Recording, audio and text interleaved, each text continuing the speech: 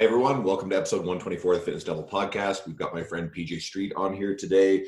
He's an online coach who has done everything in the industry and a writer for T Nation and used to write for a lot of other publications. So we talk about how he's navigated these different changes in over his 25-year career. We also talk a lot about delivering world-class experience for online coaching, something that's even better than in-person coaching. He's really passionate about that. And the idea of growing a brand once you're deeper into your career. He's one of a number of guests we've had on recently who don't have the massive Instagram following of some of our peers, but they're working really, really hard to share great information and why we should pay attention to them. And a little discussion on tech trends, disruption, and even artificial intelligence. Stay tuned and enjoy. Shut up and sit down.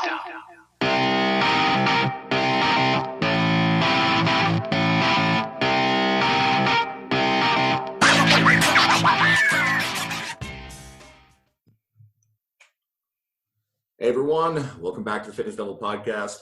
It's just a week behind the last episode for you guys, but it's been 2 weeks for us recording. So every time we take a little bit more of a break, we feel rusty. But today we've got my friend PJ Striet on podcast. He's done pretty much everything in the industry. I was actually going over the list of stuff he kind of went through for me. It's 25 years of literally almost everything. I'll let him tell you a little bit more about that, but he's owned his own facility. He's contracted for other facilities. He's worked as a strength coach in college football, combine prep work, working with older adults, and now the big focus is on delivering a world-class experience in online coaching. So we're going to talk a whole bunch about that. But most of all, welcome my fellow T Nation writer, PJ Striet. Dean, Andrew, thanks so much for having me on. I've been looking forward to this for weeks, so I appreciate the opportunity. That makes one of us. It's too early. I got my coffee, so we're good. I got 3 Bang energy drinks in me, so. Really? Oh, yeah. That's a lot of caffeine. That's like 600. You know what? I love the way they taste. I try to calculate the caffeine content, and it's most.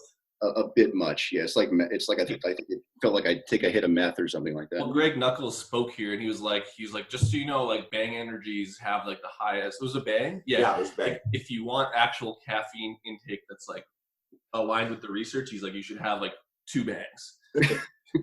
But he was serious because he's like, all the other energy drinks say they give energy, but he's like, it's only like 80 to 100. You need like at least 300. You can get them here now in specialty stores. They're about $5 a can, but every time I go to the US, I'll have one. And you know what's funny? Like, they taste amazing, and I always feel terrible after drinking them. Oh, you absolutely do. I'm usually hitting the head within about 3-4 ounces of that stuff. But yeah, I'm jacked up. It has super creatine though, so like usually when I'm traveling, I don't have creatine, so I buy them just because it has that in it. But I don't even look at how much is in it. There's probably nothing, but it's super, so that might mean something. One of the things that motivated me to get you on here is you and I have been chatting for a while now, since Nick Tuminello kind of connected us a while back when we had an episode with him.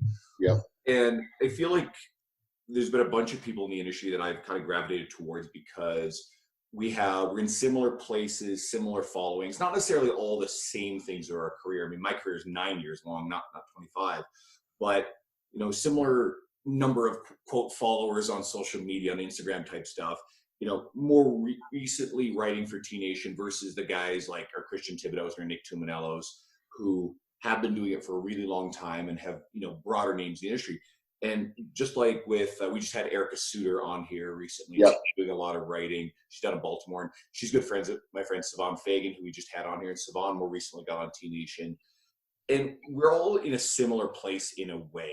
And I'm enjoying networking with and getting to know, and like Savon, for example, is a very good friend now, and getting them on the podcast and sharing their work. The people who are in that same place where they're not yet the household name in our industry, but they're working on, coming from that basically unknown place into trying to be really consistent with their content and their information in order to gain some traction in the industry. So, I'll veer off from what I was originally going to ask, and I wanted to see what your thoughts were on that process, having been in the industry for this long, and more recently really focused on building up that brand name. Well, here's what's interesting about me. I mean, I went through this period in the probably mid 2000s to where I was writing for Men's Health. I was writing for Men's Fitness. I was in Shape magazine. I was doing all of that stuff And even back when I was in high school and college, I was writing for a website called Cyberpump. Do you guys remember Cyberpump? Nope. No. Yeah, it was like the mecca for high intensity, old school high intensity training. So I was published a whole lot. I mean, I had I don't know if you know, I got a book deal through Reader's Digest. Yep. I was in that. I was being published in the limelight a little bit more. Writing for all those publications, and then in growing my in-person business, that stuff just completely fell off. And it's like once you're out of that space, a lot of the editors, leave too. Like Adam Bornstein, I had a really good relationship with him. He left Men's Health. And then with the digital age and social media, print publications are, it used to be a big deal to be in Men's Health and Men's Fitness. But now trying to re-enter that space and doing things with writing for T Nation, you really do have to, you're basically starting over to where once you were kind of a well-known big deal. So it's been fun to kind of re-enter that space, but also a bit humbling. It's a whole different world with social media now. And I was going to touch on, like, maybe you can highlight that, but like you switched from your personal business from writing to that because probably it was pretty profitable, but like now, like it was hard to capitalize on a lot of that writing stuff probably back when you were doing it because there wasn't online training wasn't a household name and all that shit. Have you found that to be true? Some extent, like in terms of writing, translating into your actual business, making money. Well, here's the thing about that. I'm a meathead at heart, and I like to write for T Nation because that fulfills me. That's not my core demographic at all. I mean, Yeah, but I like to, same for me. Absolutely, yeah. that just kind of fills my cup. I'm not expecting to get any business out of that. I mean, my core demographic. I mean, I got 104 online clients now. It's all Gen Pop. Yeah. So I mean, yeah, I have a handful of competitors and who I've prepped and all that, but mostly it's your typical, busy adult mom or dad with a bunch of kids. So for me, I wanted to get back in writing just because I like to talk training. I like to share, techniques. That just, it keeps my cup filled, and there's nothing wrong with that. Doing something simply for the joy of it and not expecting to make a profit. But yeah, transitioning back in because it's such a crowded space now with, Instagram in particular, to try to like, put your tail between your legs and be a little bit humbled. And because it's easy to say, well, I was country before country was cool, and I was doing all this shit before you guys were. And I was on, I've had a book deal and I've been in all these publications and I've contributed to, other people's books. But that was friggin' 10 years ago. So it is almost like, starting to blaze your own path again in that aspect.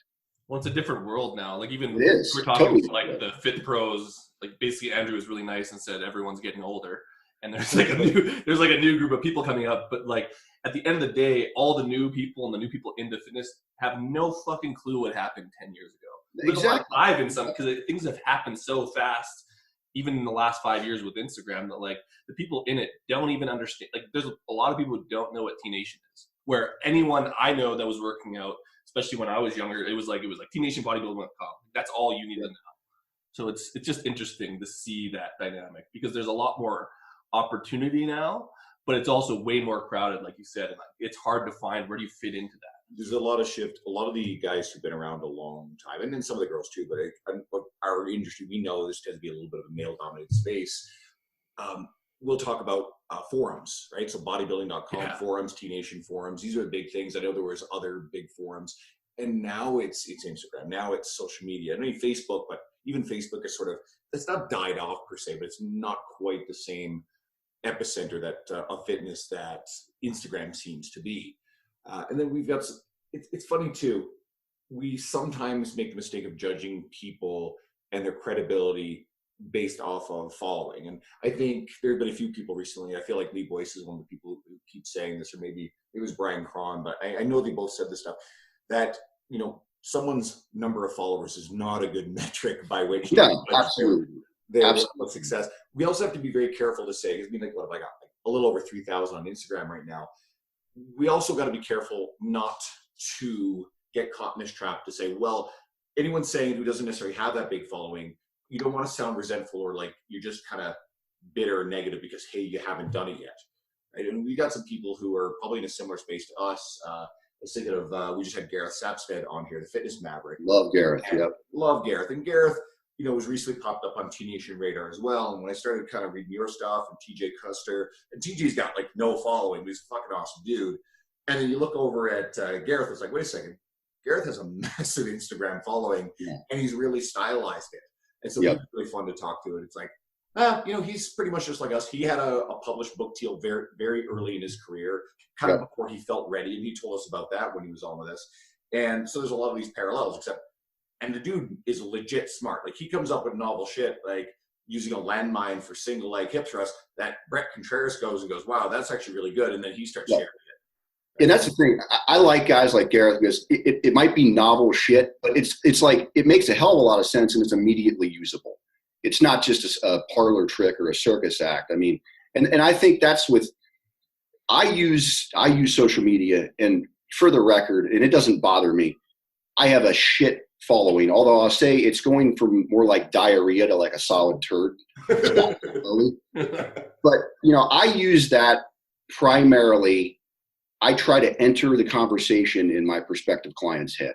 So my Instagram is hardly ever about me. Yeah, I like to throw up exercise demos, kind of for the same reason Gareth does. Stuff that you can take in the gym, it's immediately usable, or it's a long-term tactic that you can integrate throughout your training career. But most of my stuff is like, I'll take snippets of what my online clients say in their biweekly check-ins with me.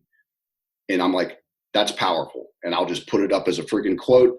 And I want somebody to say, you know what? I feel that way too. Hey, I can relate to that person. You know, I'm a busy mom with 3 kids too. And I want to feel that way, or I had felt that way. And I've had these barriers, and anything that can highlight what problem I'm solving for somebody. And, you know, I was here, now I'm here. This is how PJ and Revive helped me. That's the stuff where I get, you know, the biggest bang for my buck in terms of likes, in terms of people DMing me, reaching out. So that's always my biggest thing with social media is, how am I going to enter the conversation in my prospect's head? Well, I was going to say we've had a few people on here, but we know kind of the backstories of a lot of these things. Following has not necessarily scaled with income a lot of the times, because like you said, you don't have that big of a following, but you have 100 and whatever online clients. Like, that's a fucking income. Where there's a lot of people with big followings who don't even have anywhere near that or know how to monetize it. So it's like, it doesn't really matter because the focus is on growing it as opposed to actually doing like whatever. But I mean, that's the thing. I wish, I mean, those guys like Andrew, I saw your stuff the other day about, you know, you put up the most basic post, you know, your training tips post or whatever. It's a Twitter thing. I love that stuff too. And it's like the most basic message that everybody's heard 100 times before, but like those will get like the biggest likes.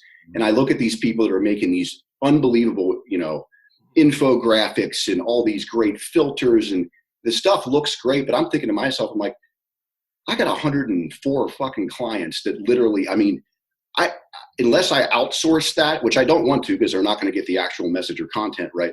I don't know how people pull this off, because I know how time strapped I am. So my stuff looks like what it looks like. I use Canva. I'm not very good at it. I just try to be authentic, put out stuff that I think is, you know, either going to resonate with my demographic or it's going to help somebody in the gym. I'll put up the occasional funny thing. But I just try to keep it really, really basic. And to your point, Dean, it doesn't scale with income one bit. Or time. Like you said, time invested in some of these infographics, but like a lot of the people. I tried to do it, and it's like the 3-hour process. I'm like, I'm not a freaking graphic. And they're hedging their bets on a future income in online trading, because it's like they're almost like building this thing, and that's fine. It's just like, to me, that's high risk, because you're basically not getting paid, which is fine. Like, you can do a lot of things and not get paid, but that's a lot of time investment and over and over and over again. And we've seen, in terms of people who have monetized it, like you're talking about like the 1% of all the fucking people doing that, because everyone's doing it. And so I don't know, if I was going to hedge my bets, I'd probably do it in something where I know I can make money initially, and then do that as a side bitch, or whatever you want to call it. Something that, I mean, this is again, side bitch.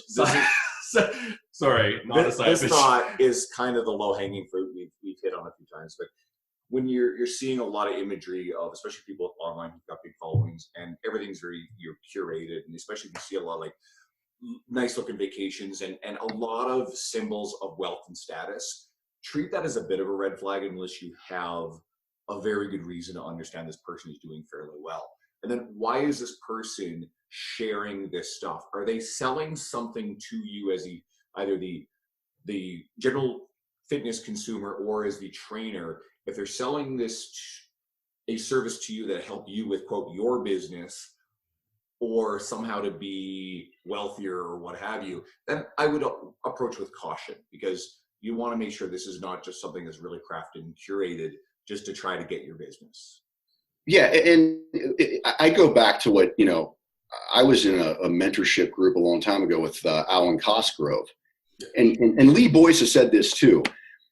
The number of fitness professionals, the percentage that even make a 6-figure income is minuscule. All right. I mean, yeah, I mean, it's minuscule. And then you have these, Lee Boyce said that too. He's like, look, I can count on one hand. And Lee Boyce knows everybody is a big name. It's like, I can count on one hand the number of people I know that are making multiple 6 figures or a 7-figure income. He's like, this is complete horseshit. And that's absolutely true. This notion, especially with online coaching, that, you can be in Bora Bora with your feet crossed, overlooking the blue sea with a bourbon on the rocks on your 6-pack, and you work 45 minutes a day. And all you got to do is type up a PDF with some YouTube links to exercises and tell somebody what their macros are and charge them $500 a month. Nothing could be further from the truth. I mean, I had a roster at one time in person. It was consistently 40 to 50 private or semi-private sessions a week. And I can tell you, I have far more time invested in online coaching, and my shit is about as systematized as it can possibly be. So this notion that it's you can, make a multiple 6-figure income, and I can, pose in front of my buddy's, fake Lamborghini kit car, and it's this easy. It's every bit as hard if you do it correctly, which most people don't, which is why most people fail. It's every bit as hard as making a living, as an in-person coach. And you're by yourself. You're fucking sitting behind your computer. And like the way I look at it is, especially with like the Bora Bora thing, you can probably go live in Mexico or wherever pretty fucking cheap. You don't need that many online clients, but then you're not banking money. You know what I mean? Like they're not living in like the top end fucking resort. Like there is probably people that do that, but they're like, you can go, I know people who can travel for a year, 2 years on like whatever, 15 grand. So you could fucking do it. I could think of 2 really high level people in the industry. Maybe there's others that I'm not exposed to, but 2 high level people in the industry who I think are both brilliant and there's a long track record of success, who did spend a significant amount of time traveling. John Goodman is one of them of PGD. Sure. Now he's back in Toronto. He's bought a house there. He's got his wife and his kid. And, that guy is not trying to sell the idea of the rich, lavish lifestyle. He's trying to sell the idea of, Online Trainer Academy, hey, like make a little bit more money, top yourself up. And then the second guy is Menu Henselmans. And Menu, I never met him. Yeah. I know he's a brilliant researcher. Guys. And that's my point, though, is like, those are the only 2 that I really believe who have actually lived that lifestyle for a while. Because Menu moves around country to country, but he's still a top level researcher, top level contributor to the progressive volume of knowledge that's out there in the industry and influencing a lot of other coaches. And part of that very high level research community with people like Eric Helms and Greg Knuckles and they're like, but beyond that, I'm just not sold on the idea that there's a lot of successful people who are living that lifestyle. So I just think that's a bit of a red flag. But again, like I said, that's low hanging fruit and easy to pick on. It's a good idea though. Like, could you imagine like living that life? Like, you know what? Actually, I can't. It doesn't appeal to me at all. But it actually doesn't appeal to me at all because like, yeah, like if you're going to be in Mexico, the gyms are going to be shit. Like, and we all like get in this workout. Like, it's hard to have a diet down there. Like, I actually like being at home. I love being at home. I love hanging out with the cat and hanging out and chilling out every night. And I like going, I work. Internet connections are shit in all those places. On average, I have 35 client session hours per week, stretched out over 7 days. And there's a lot of in-between hours where I'm writing and shit like that. So I punch a ton of time that way. But what I wanted to make sure we got to was the stuff that both the stuff you're passionate about with online coaching, but how you said about delivering a more personal experience than even personal training was the language you used. Yeah, absolutely. And I think that really what you said there, I got your primer for this. Delivering a world-class online coaching experience, I think that really encapsulates what I'm trying to do. White glove service and making it, in fact, more personal than personal training. Because look, I did it. I was, had my facilities and was doing in-person training for 17 years. I don't know how many hours. It's well over the 10,000 benchmark, well over that. And personal training is not, outside of being physically present with somebody, isn't all that personal. I mean, it's really not, because you know how it is, guys. I mean, when you have a facility and you got people scheduled, you're coming in, all right, this is the session time, it's an hour, whatever it might be. It's like, we got to get to work. There's not a lot of time to dig deep with people. There's not a lot of talk about nutrition outside of, mostly general advice. So I saw these gaps to where I'm really not addressing anybody's mindset. I'm really not addressing anybody's nutrition. And it got to the point for me, and I have no shame in saying this, it really just felt like people were coming in to work out a few times a week. And that wasn't filling my cup anymore. The workouts were great. My programming was great. My coaching and cueing was great. But I wanted more for people. I really did want to transform people's bodies and lives. And I just saw, I'm like, there's a lot of different facets you have to hit on to make that happen. And look, some people could give a crap less. They were happy to come work out 2 or 3 times a week when they otherwise wouldn't have, because they weren't paying $500 a month. They were totally happy with that. They were doing something structured. But for me, I really did want more. And it hit me one day. I'm like, you know what? If I could have like an app where I could put this person's workout on the app and they could just do this on their own friggin' time without having to be tied to my schedule, that would be great. And I could address their nutrition, and I could provide a ridiculous amount of accountability. And that's really what separates me from, I think, a lot of online coaches, a level of accountability and interaction I have with my clients. And I just saw that as where I wanted to go. And it's a scary thing when you're walking away from, I had a monster clientele. It's a scary thing to walk away from that and transition out of and basically start over. But I think that's one of the keys of longevity in the industry, is that it's okay if your interests change within the same space. I went from loving writing training programs, coaching, cueing, loved all that, wanted to make every in-person workout try to make it a piece of art. I loved all that. But over time, I got much more interested in nutrition, fat loss nutrition, habit formation, behavior change. Why do some people choose what they want most and not what they want now, and other people do differently? I became infatuated with that. And that's why I saw the potential and ability, if I had an online portal and platform to where I could address all of this. And I just had a very clear vision. It was still fitness, but recognizing when you're not fulfilled anymore. You still love fitness, but you can recreate yourself. And your creativity and passions can change over time, especially when you've done it for 17 years. I was at the point to where I was just burnt, and I saw the potential to reach more people and do it in a more all-encompassing way via this mechanism. And it was scary to leave. It was, but I did all the front end work. And anybody who's listening who wants to make the jump into online coaching, you better have your shit together and do all of the front end work and literally think of every potential thing you need to have systems for.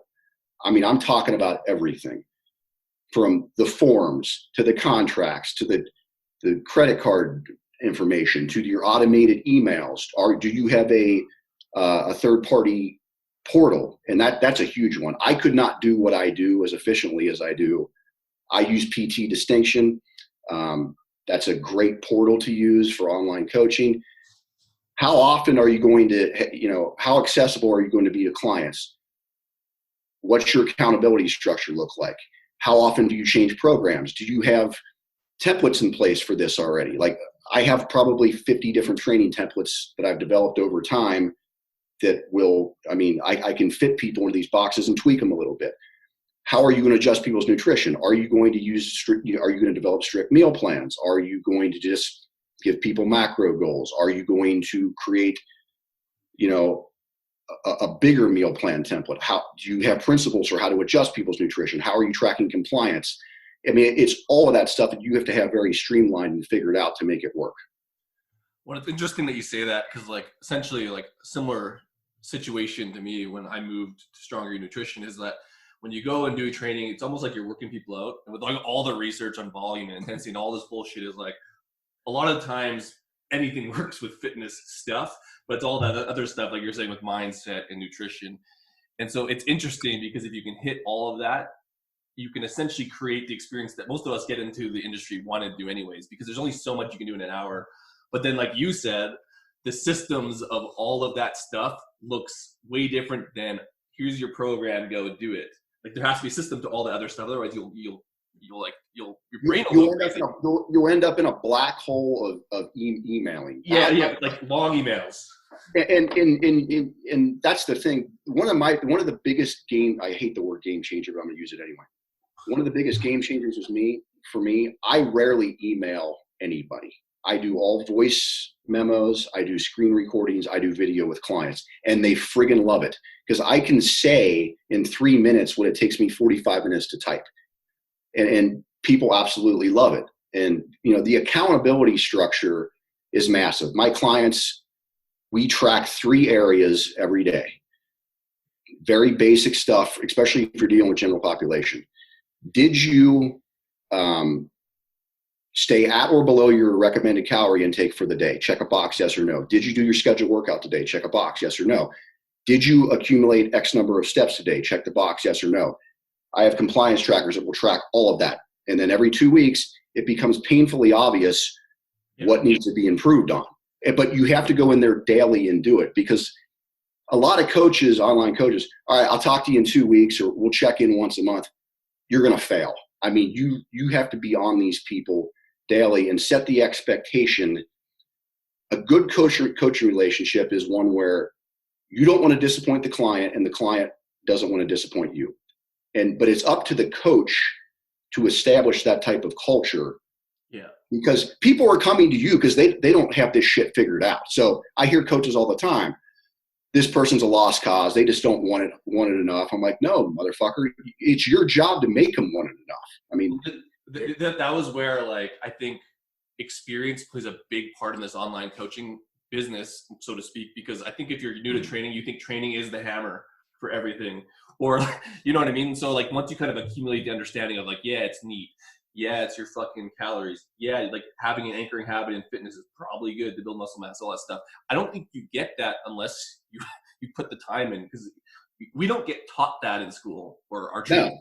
No. Something that I think is really important, and every once in a while I'll mention this, the book Extreme Ownership kind of crystallizes this whole idea. But when I hear coaches talking about, the things that the clients are doing wrong, whatever, yes, we know, we've all worked with, anyone listening who's ever coached anyone knows that there are clients that no matter what you've tried to do and no matter how much you poured your heart into them, they are struggling and they're going to make decisions that are not in their long-term best interest. They exist. But I prefer to take the attitude that I'm in complete ownership of all the outcomes, all this stuff. And while you risk taking to heart a little bit of shit that's beyond your control, you'll learn where to turn that off. For the most part, you will always say to yourself, well, it's not this person's fault. Instead, what could I have done differently? What could I have said? How could I have communicated differently to have affected a better outcome? But to get to that place, it has to be informed by the real shit that works. And I think that a lot of people aren't even in that place to have that thought, because they're like, well, they didn't follow the training program, because they're so narrow focused on what they do, if that makes sense. You know what I mean? It's hard to take ownership of stuff when they don't even know what the things that work, because then a lot of things aren't going to work. Are you talking about the coach, or are you talking about the client? Both. Okay. Especially the coach, because there's does that make sense? I think those are separate things. We're conflating stuff. So let me reframe it. That stuff all matters, but just just take it as its own thing. Your attitude as a coach, Yeah, okay. You can choose the attitude that it's other people's fault. These people aren't listening to what I'm telling them, and I'm not going the extra mile. And then those problems as they arise in the future, you as a coach are going to continue to say, well, it's not my fault. I've done my job, and those people are failing. And I reject that kind of logic. Instead, as a coach, when you say, okay, this client did this, it was a bad decision.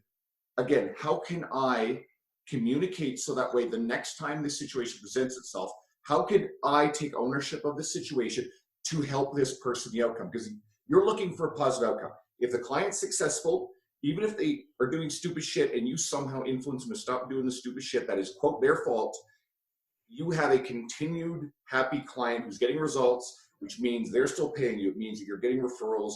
And ultimately, if there are less of your clients doing less stupid shit that is, quote, their fault, because you somehow took ownership of it, you sleep better at night. You're making more money. There's a lot less stress for you. I like that. Way better. I mean, really well said, Andrew. I'll give you an example. Number one, this bullshit notion that I love these people online. Every one of my clients gets results. I have a 95% retention rate. Total horse shit. Bullshit. Yeah. Bullshit. Especially, nobody talks about attrition rates. That's the other thing. If you're going to go online, just like in person, what's your projected attrition rate? You probably need to have a realistic thing in mind, because for some people, no matter what you do, you ain't going to reach them, and that's okay. But here's a good example of what you were talking about, Andrew. Like, I have clients that will ghost me. I mean, I send out, weekly emails. Hey, just checking in with you. Hey, you got a big dig deep check-in coming up. No response. They're not checking in on my app daily. I know they're dropping the ball. Instead of saying this person's a lost cause, I just reach out to them very gently with a voice memo and say, hey, look, I haven't seen you checking in, and I don't know if this is your situation or not, but I just want to let you know, a lot of times when clients don't respond to me, it's because they think they're disappointing me. And I just want to let you know that I don't feel that way at all. Let's just get back on track. What can I do to help you? And it's boom. Oh my God, that's exactly how I was feeling. I felt like such a failure and a disappointment. And I just explained to them, hey, look, this is not a linear path. We're trying to get you to do work that you say you want to do that you have not been able to do. And there's a lot of undoing that needs to be done to get you consistent. Because my whole goal for people, I want you to live the fitness lifestyle. And that's not lifestyle is not what you do all the time. It's what you do the majority of the time. So I try to, a lot of times people think if I'm not perfect with this, I'm blowing it, I'm off track, I can't get back on. But it's having that intuition of knowing how to communicate with people and getting in your client's head. This person has been 14% with their nutrition over the last 30 days. They probably feel like a failure. They probably have regressed. Maybe they were making progress and now they dropped the ball, and now they probably think that they blew it. Instead of saying that person's a lost cause, they don't want it enough, I mean, reach out to them and just be a human being, and that goes a long way. I call it the judgment hammer. Like, I got the same situations, and I'm like, listen, like, I'm not here to come down with the judgment hammer. Like, not that I don't give a fuck. I don't say I don't give a fuck, but it's just like, I don't want you to be perfect because that's how I live. And like, it's a horrible place to be. Yeah. I don't wish my lifestyle on anyone, and I like it, but like, to understand that what you go through isn't what your clients go through. When they think that they need to be like the coach, it's like most of the coaches I know are fucked up anyways. Like, you just need to be better. And so I guess once you get on that point where they're like, oh shit, he doesn't want me to be a fucking bodybuilder or whatever the fuck they think, then right. Now we get the real work done, and they will check in because they are scared. They're scared. I tell my clients this all the time. I mean, I set goals in terms of, okay, when we check in, I want to see no more than 4 to 5 missed workouts in a month. I want to see no more than 4 or 5 days going over, your calorie limit. You don't have to be perfect here. And I tell people, look, the fitness lifestyle, once you get the results that you want to get, which obviously takes a higher level of compliance, but once you get there, it literally, I ran the numbers and I'm like, you know what, let's say that 30% of the year, it's 110 days. You're in a 1,000 calorie surplus over what you need. You're enjoying yourself. That's a pretty decent surplus. That's like a freaking Chipotle burrito above and beyond what you need. That's 110 days. That covers every friggin' holiday, every vacation, every special occasion.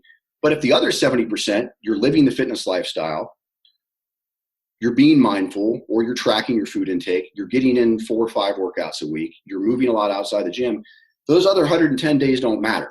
And that's what I want people to grasp, that it's consistency over perfection. I mean, you can't have one on, one off, but you can certainly have it, as long as the scales are tipped in favor of doing the right things, you can enjoy all the stuff with no guilt, no anxiety, enjoy the holidays, enjoy your vacations, whatever, because you're coming back to a certain way of living, but it's getting people to buy into that way of living. Something I think is really important, and piggybacks on something you just said, two thoughts. First thing, as a coach, very early on in the process, whether or not you're online or in person, one of the best things you can do is to let your clients realize that they can trust you and that you are a safe place. Yep. No matter if they're perfect or if they're struggling with stuff. It's really important that they feel comfortable letting you know when they're struggling, because like you said, when they're ghosting and not responding, you know what's going on. They're struggling and they are worried that you're judging them. So if you can make them feel safer about that very early and proactively, it's going to go a long way. And everything we're talking about, like you guys both do a lot more with online versus in person, whereas I'm an in-person workhorse. Same shit though. And it is the same shit. And all the stuff you said about online, I've chosen to very deliberately to have those kind of added quality relationships with my in-person clients. Yep. It's not restricted to the hour. I definitely try to make those experiences very rich in terms of not just the coaching experience, but also the interpersonal stuff and talking about whatever's relevant, but the messages. And, when you were talking and you talk about voice memos, I'm like, shit, why have I never been doing that? So guess what? Just even in a couple of days, I turned around and started doing that a little bit with clients. And guess what? They're getting a really positive response to that. It's a really special touch. Recently, we had Jordan Striet on here, or actually not too long ago, and it was one of the best episodes we ever did. And he does things like, the guy's got, I don't know, many 100,000 followers on his Instagram, and he will just randomly see a new follower or someone who's liking his stuff, and he'll send him a message and be like, hey man, just thanks for following. So quite a while back, I started doing that. Holy sweet shit, the engagement and the interest and the stuff you get out of this, and the people will send you questions, and maybe it sounds like it's going to be enormously time consuming, but in fact, you can get some really quality engagement relationship stuff out of this, and it might turn into an online client, especially for someone who is an online trainer. Well, so go back to time invested. We're talking about infographics and fucking curating your fucking Instagram. Sending a voice memo or like replying to someone on Instagram, that actually takes almost fucking zero time. Exactly. And that's a way less risk in terms of long-term payout eventually on something. You know what I mean? Like exactly. That's interactive. And to bring up Striet again, Striet is like the guy I want to be. I mean, that dude is unbelievable at what he does. I mean, I have learned more from that. I never met Jordan. I've learned more from him than anyone in terms of how to operate online. I have as well. Yeah, I try to sum up everything he says on like podcast appearances and when we talk to him. But his quote was, he goes, look, all this stuff about people talking about being about entrepreneurs and brands, and he's like, the best marketing is just helping people. And I'm a firm believer, you can still grow a very good business organically and via referrals just by over delivering to your current clients. Hey, like I got 35 clients in this little place in Canada. I don't remember. I tell you, Andrew, I don't remember the name. It started with one guy that I helped. I've never freaking been to Canada before. Now it's like referral after referral, and it's just it branches out, and it's a tree with branches that keep growing and keep. So this whole thing that you got to have sales funnels, you got to do Facebook ads. No, why don't you invest your time helping your current clientele? And you'd be surprised if you play a long game. I mean, I went from 0 friggin' online clients, and in 18 months had over 100. Doing no Facebook ads. I don't know how to friggin' do Facebook ads. Like I'm not going to spend $100 a day on Facebook ads when I can be writing a really good program for somebody, or, tweaking somebody's diet or coming up with a new strategy to help somebody or whatever it might be. That's going to pay far bigger dividends, in my opinion. It's basic shit. Help people, do a great job. We have to deliver. You have to deliver. Like there's people who will make their 6-figure income in their 1 month. They'll sell, like, I sold 10 G's worth of online training, and like you never see them again because like they didn't even have the foundation, which was, like you said, delivering good service, I guess you could say. I just like to point this place together. That shit does work. Little place in Canada is probably something like Montreal or Toronto. Where is it? No, I can't remember it's a little nook somewhere, but I should just text somebody right now and ask. But where the fuck do you live? Yeah. Like, maybe you have a bunch of riggers up in northern Alberta. It'll turn to be fucking Vancouver, city of the million.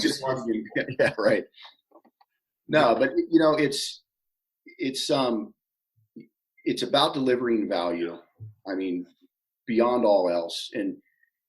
But in order to make it, you know, I charge 30 to 70% less than most online coaches, and I guarantee you I'm putting in 4 times the amount of work, but I'm able to do that and still make a decent living and pay the bills because I did all the front end work and systematized everything to where I know exactly how much time within a range that I'm going to have with a client each month. A lot of people don't think about that. Like, I know on average, I'm probably going to have about 45 minutes to an hour each month on a client. And that's everything. That's program adjustments. That's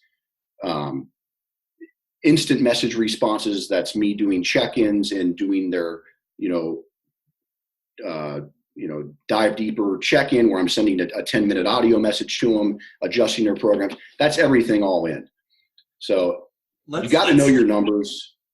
So this is good that you're talking about numbers, because I guess we want to touch on longevity within the fitness industry. And I guess you're a good example because being able to pivot through different career opportunities through pure stubbornness or whatever the fuck you're doing.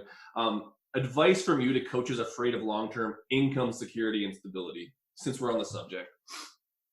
Yeah, I mean, that's a terrific question, because going back to what I said, you have to listen to your internal dialogue. And when you know that your passion for a certain niche within the industry is fading and you feel creative and passionate about something else, you can slowly start getting your feet wet with that and transition slowly.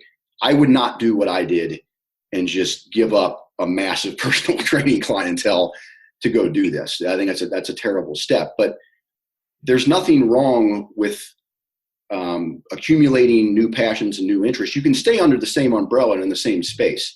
But if you're not feeling it, and frankly, you're just feeling burnt and your heart isn't in it and you feel like you're going through the motions, but you want to stay in the industry, think outside the box, think about what it is you might be passionate about and start to slowly get your feet wet with it. But, and always come back to why you're doing all this to begin with. It's because you want this type of lifestyle to be a force multiplier in somebody's life. And it's not to be, earning a 7-figure income and be, on the beach with a Lamborghini. It's because you truly believe in this stuff and you want other people to believe in it. Yeah, trust me, there's been plenty of times over 25 years where I'm like, I'm about fucking done with the fitness industry. Like I should have just, I'm going to go back and get a master's in, business and just transit. Then I'm like, no, that's just not me. Like, it's not me. I believe in all this stuff greatly. You got to, ride the tides, be rational. Don't be reactionary. Just stay in the game, but also listen to your own internal dialogue. I was no longer happy training people in person. I just wasn't. I was very good at it, but it wasn't filling my cup anymore. I'm like, well, I love fitness. I want to stay in the industry. And I've been thinking a lot about these other things, about being infatuated with habit change and diet psychology. And I really enjoy nutrition now more than training. Whereas before I couldn't get enough, Well, you have a more rounded skill set.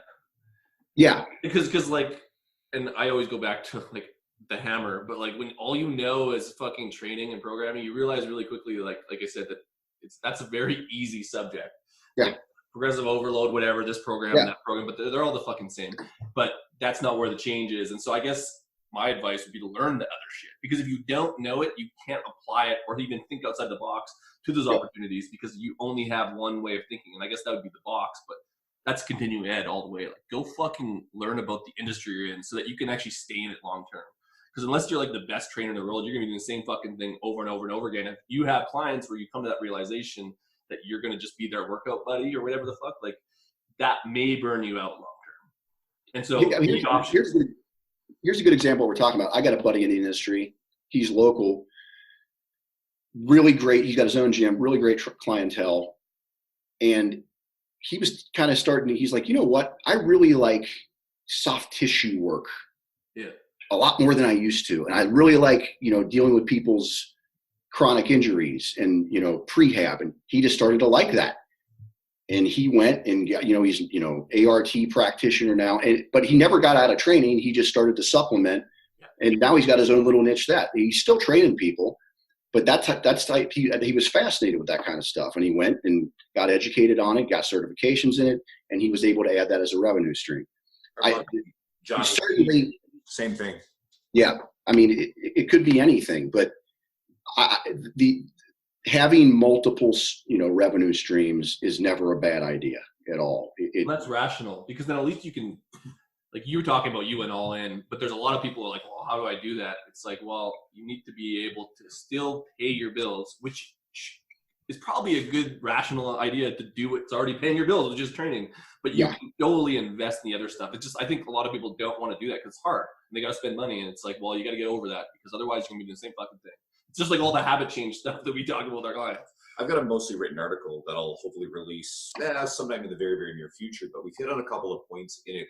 The premise of the article is we see all these trainers worried about the stability and security of their income. And part of this comes from the book, Nassim Nicholas Taleb's book, Anti-Fragile, where the traditional salaried person thinks they're secure. And then the example he uses is his brother, the cabbie, who has variable income, but at the end of the day, they average out the same. But the idea that a lot of trainers a lot of good, passionate trainers are worried about their future income and are leaving the industry because they're scared about being able to keep it going. Well, A, that's owning a business, but B, that salary job is no more secure. In fact, I think it's more of an illusion of security.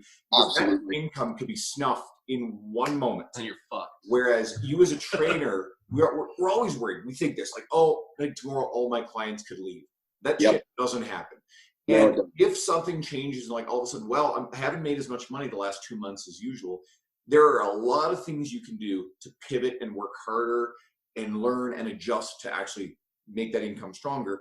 But the point you made is really important, is developing other revenue streams, and online training probably being one of the best ones. So I'm hoping that I can get this article to really make it work in such a way that it really hits home with a lot of these trainers who are emerging and but yet stress about this stuff, because you will have to put time and effort and energy into whatever you work at for the rest of your life, unless you get some government union secure thing where you pretty much can't get fired from it and you can become a deadwood person who does nothing. But then you're still fucking miserable. Why not actually work in fitness, something that you obviously really love to do, versus that prototypical 9-to-5 job where companies don't see you as a long-term investment, but they will cut your job if it boosts the bottom line for quarterly profits. Exactly. That's the attitude of the corporate world now. So if you are your own business owner, even if you do work for someone else, you're a little more vulnerable, but if you treat your own business like it's your own entrepreneurial pursuit, you can do so much to make yourself grow long-term, and you're taking off the income, the cap at the top of income that being employed in a traditional job gives you. You can grow your revenue. And this whole idea about, stable, secure income, that's bullshit. And aren't you love selling all these ideas? This is another thing I'll stuff in the article.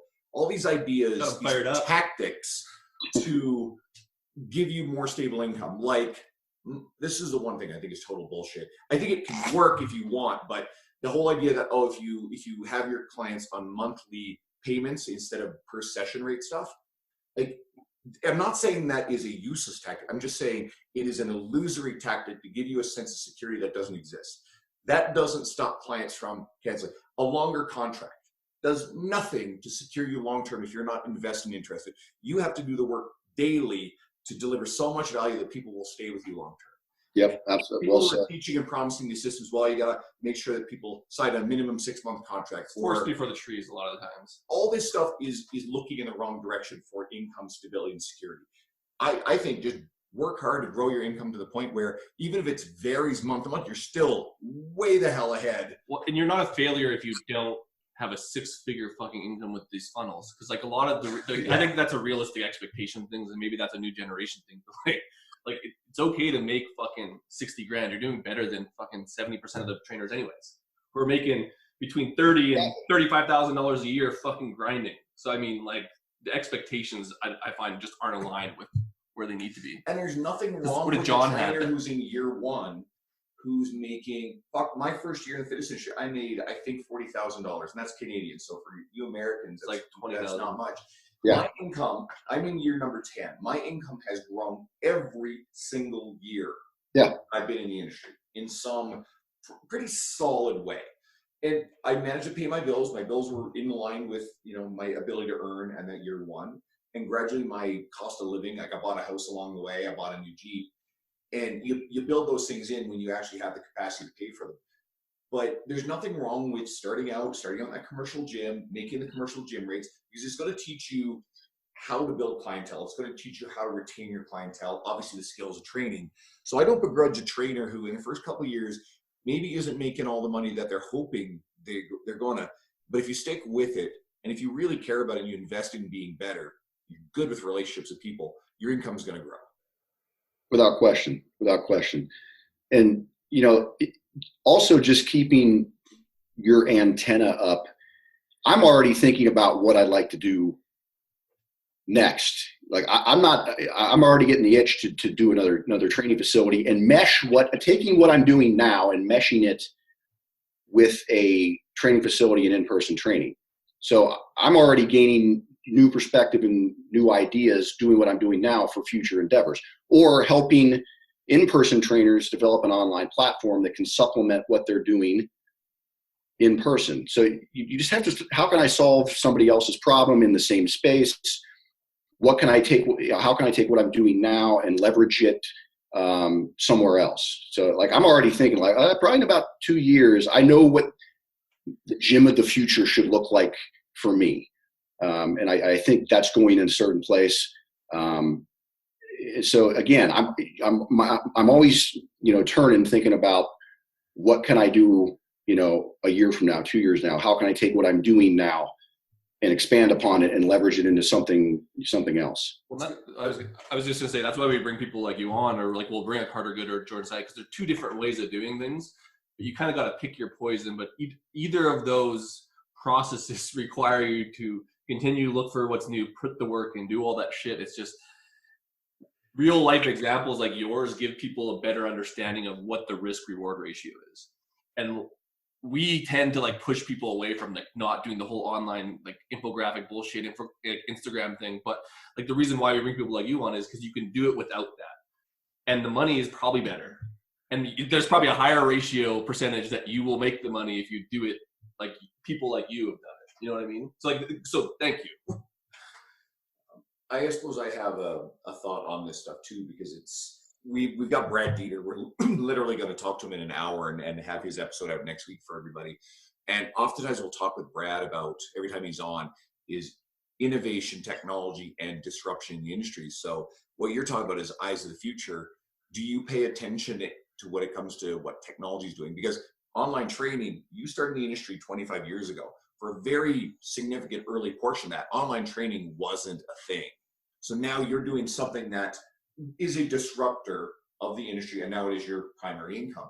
Is there anything that you're sort of eyes of the future or wary of that could affect our jobs, basically? That's a great question. I don't necessarily think online coaching is going to go away. I don't think personal training is ever going to go away.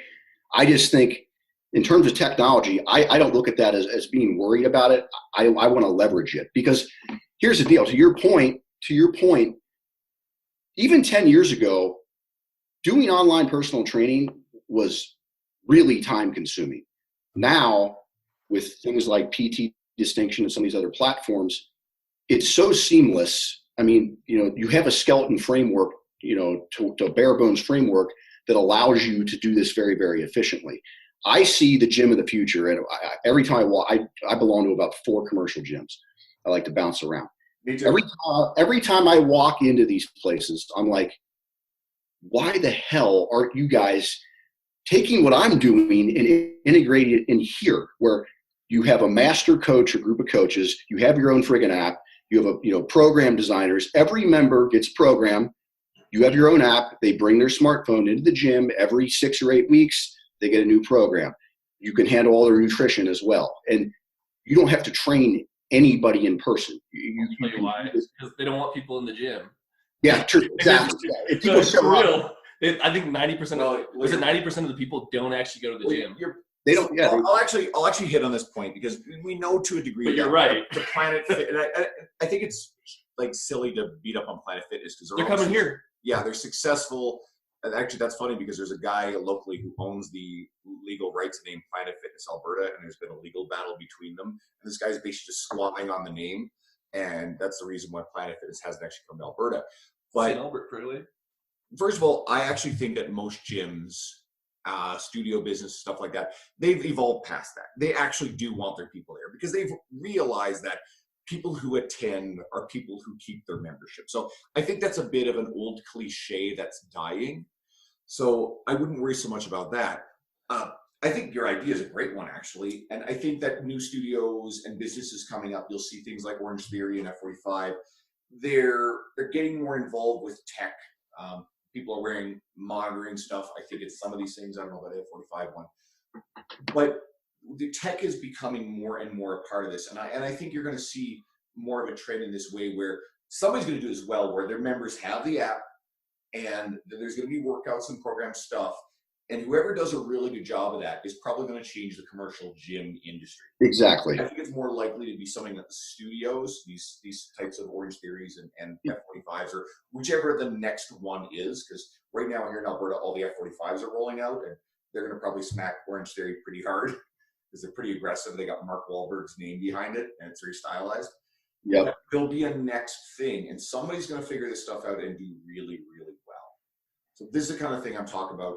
One of the places I think for personal trainers, once we get it cheap enough and programs are, I think an AI, an artificial intelligence, is going to be the thing that helps us. Where you have your own personal AI that is recording the client's movement data in front of you, or maybe it's the online client, and feeding this into a program. And it's not going to eliminate you as a coach because, like you said, personal training and online training aren't going to go away. People who are great with people and those relationships, there will always be a role for those people. But when you get this extra data that's being put into an algorithm, into a program, and it's giving you more information, you have to do less work on that front. And then you can take that greater amount of information, heart rate variability, which Dean is you, John, that kind of information, and it all gets thrown into one big computer algorithm that does the brute force calculations, the processing on, and it gives us information we can use to then coach the client better. And I think artificial intelligence is going to be a big thing in our industry. I think probably 5 to 10 years. I think that's really interesting. I've thought about this. What if I had a client that I had that AI information and I'm like, oh, I see you're at Outback. Hey, stay away from the bread. Like I know where you are, and here's a menu choice that I've looked at on Outback, and here's what I would recommend if you're not able to. You guys are like talking about like altered carbon bullshit. Like the world is not that close to that. You'd be surprised though. I just watched that show and I'm like, basically, do you want AI? Like technology is changing the game. The other one that I always think, and I'm surprised no one's doing this, and I think we'll get there with the online coaching, is, and it'll probably be more for the affluent, but I could picture the Star Wars little blue hologram being projected onto the floor as someone's working out, and you're there. That's AI. That's not AI. Yeah, it is. That would be wild, man. What do you? Okay, just before we ask him what he does for fun, AI. What's an AI to you? Because like AI to me is like a virtual assistant that's like fucking projected. It isn't. No. So those are slightly different things. That could be an AI. An AI is artificial intelligence. Something else that is able to run the metrics, essentially think calculate process information. The actual like projection. That's just a hologram of you. I'm just making sure because like that's what I was picturing. I'm like, that's not fucking close at all. But I'm talking about you being Princess Leia in the little blue thing at the beginning of Star Wars Episode 4, the original. Right. No, I get you. Like, Obi-Wan, help me, right? Like, except you're actually interacting with the person as they're actually doing it. Like, you're projecting yourself into the room as a person does a workout. So it's interesting. It's interesting to say that because on my platform, like I can look at my cell phone right now and I can see which of my clients are literally currently working out. They're logging their sets and reps and exercise. And I'll do this all the time. I'll sit there because I'm in front of this all day long. Oh, Adam's working out. He did RDLs with 225 for 8. I'll instant message him while he's in the gym and say, how's the workout going? And we get a little dialogue. He's like, yeah, that set was light. Should I bump up for the next? I'm literally talking to them while they're there, which is kind of cool. But it comes up in real time. It comes up in real time on the platform. Add more weight. You pop up on the phone. This has been uniquely interesting. I hope everybody listening to this. Sorry, I just thought when you said AI, I'm like, there's no robots coming in their fucking workouts. But now what you're saying makes more. You basically just want a smarter. There's an interesting thing. You got to wonder when the day comes, because there's going to be a certain type of people, a generation that are growing up on tech and they're more comfortable interacting, with computers or whatever, that you literally will have a personal trainer, robot, artificial intelligence. It's going to happen. It's not soon. It will actually happen. I don't think it's going to replace us, right? I don't think it's going to be like the movie iRobot or any of these other, apocalyptic worst case scenario AI sort of situations. It's not going to be, what the hell is it? Cyberdyne or obviously Skynet, Terminator, that sort of shit. But I don't know. Stephen Hawking and Elon Musk, I think, are two of the really brilliant minds that think that our pursuit of AI is probably a really fucking bad idea long term. We're already at the point where artificial intelligences are building other artificial intelligences. I read books on this shit, so I find this crap's kind of interesting. If anybody's interested in it, The Future is Faster Than You Think by Peter Diamandis and Stephen Kotler. Just read a bunch of sci-fi stuff. It's not sci-fi. Well, real quick, what I'm worried about is like if I'm in Starbucks and somebody sees me, they can point their phone at me with all of my friggin' information, where I live, any type of background check that they want to do. I wonder if that's going to happen. Well, that's where wearable technology is like terrifying because like that's kind of what it is. We stay away from the sort of the political, social sort of side of this stuff. You get things like social credit scores in countries like China where, your behavior, whether or not you spit on the sidewalk or littered or something, scores against you to the point where, it restricts your ability to get train tickets to a different province of the country. Jeez, really? Oh fuck yeah! That shit is. I love where I live. I love Canada. There's an episode of was it Black Mirror? Yeah. That actually does this, but this is terrifying. A real thing. So this is actually happening in China. There's some spooky shit there, but again, that's also a very different cultural. Like they're a very collectivist culture in their like history, whereas we're in the West America. I just can't see that actually happening here. But that's a real rabbit hole we don't want to go into. Given the amount of time, I'm pivoting fast here. Given the amount of time that you invest in your clients and online with your training, where do you switch it off? How do you set boundaries on that? And then what do you do with that time to enjoy your own personal time and space? I mean, I have a very, first of all, like if I don't have structure in my life, I don't know how people get up and not have a day mapped out. I have a very set schedule. I'm usually up at 5. I have certain things I do, on the platform for my clients until about 8:30. Then I go train for 2 hours and it's lunch. And then it's about, 1 to 4, time with my girlfriend and her kids, dinner. And then, a check-in, going over the platform, looking at client check-ins, responding to messages for maybe an hour. 7 o'clock, it's done. I mean, those are my boundaries. But I'm doing something 7 days a week, guys. And I don't mind it because I love it. I can do it anywhere. I mean, I'm working in the checkout line. I'm working between sets. If I do cardio post workout, and that's cool because it's like I say, shoot a video, do a voice memo, send it off. And I don't like feeling backed up. So I don't mind working 7 days a week, but there's plenty of, because I do work remotely, there's plenty of freedom, to do that and not feel too overwhelmed. But I have very set boundaries in terms of, I need this time to train myself. I need this time for my girlfriend and her kids, and that's non-negotiable.